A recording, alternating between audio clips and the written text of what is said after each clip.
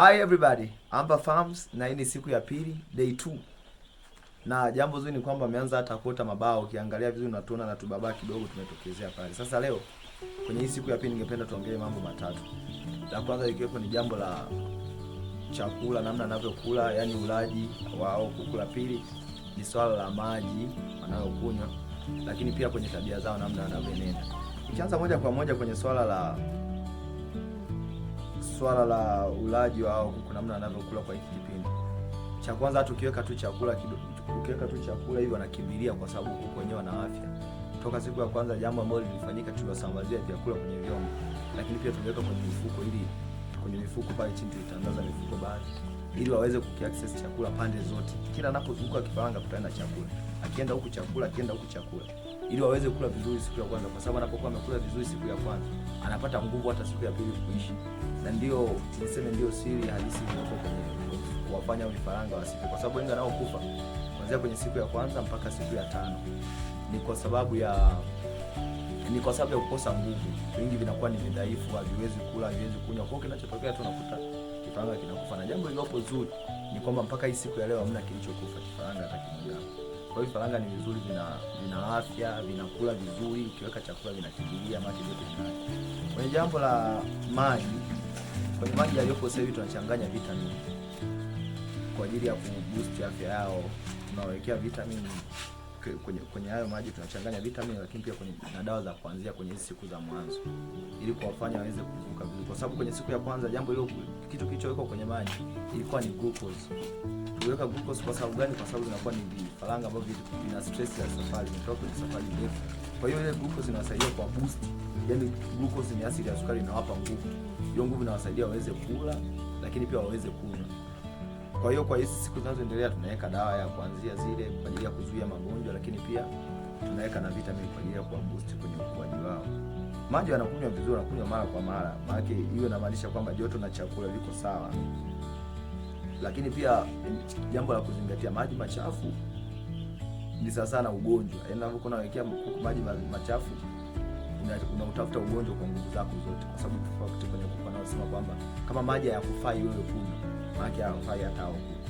Lakini pia kuku wetu wanaonyesha tabia tofauti tofauti. Zipo tabia ambazo wanaonyesha kwenye ulalaji, zipo tabia ambazo wanaonyesha kwenye tofauti wa joto, namna ninavyokuwa, wanaonyesha tabia za namna tofauti tofauti. Sasa kwenye swala la ulalaji, hawa kuku wetu, vifaranga wetu, tunawaobserve kutoka asubuhi, tumekuwa tukiangalia, yani wanalala mara kwa mara, lakini pia wanaamka kula. Wanalala mara kwa mara, wanaamka kula, kwa sababu mwili wa kifaranga huyu, yani hakuwa wanyama, ni mwili ambao yani pana utofauti mkubwa wa kifaranga wa leo na wa kesho. Yani unakuwa kwa kasi kubwa sana. Yani unaweza kana kifaranga leo, lakini cha kesho kikaa tofauti na hiki cha leo. Kwa hiyo kadri kile chakula wanavyozidi kula, wanakuwa wanalala. Kulala tunajua hata kwa watoto kwamba ni swala la ukuaji. Kwa hiyo miili yao inapata muda wa kujitanua. Baada ya kula chakula kile unajengeka, unajitanua ule mwili, ndio maana halisi ya kulala. Lakini unapoona kwamba vifaranga zako wamelala muda wote, yani wanalala muda mrefu, hapo panakuwa pana shida.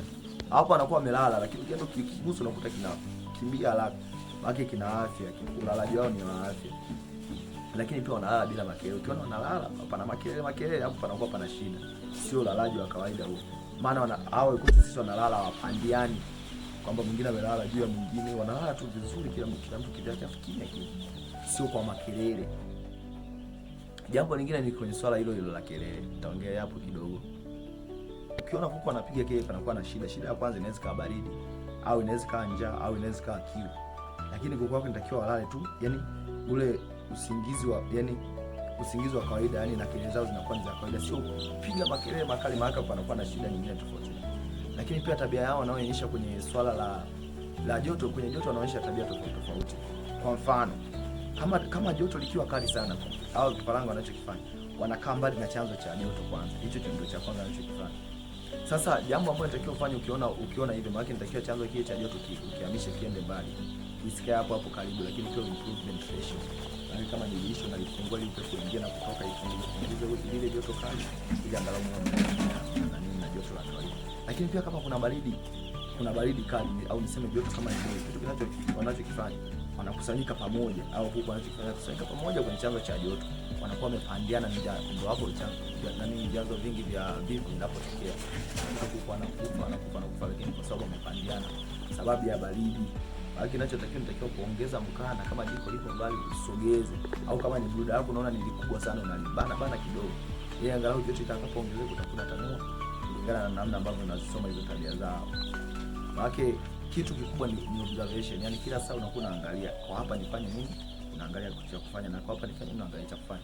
Sasa kama joto lipo sawa, utakachokiona utaona hao kuku wamejispeed vizuri, yani karibia wametawala bruda yako nzima, kote wapo kule, wapo huku, hamna sehemu ambapo wamekimbia labda mbali na joto au wamekusanyika pamoja, unakuta wapo wamejitawanya kwa usawa. Hii inaonyesha kwamba katika bruda yako joto lipo katika hali usawa. Asante sana kwa kunisikiza, karibu sana Amba Farms, karibu tena kesho for the next update.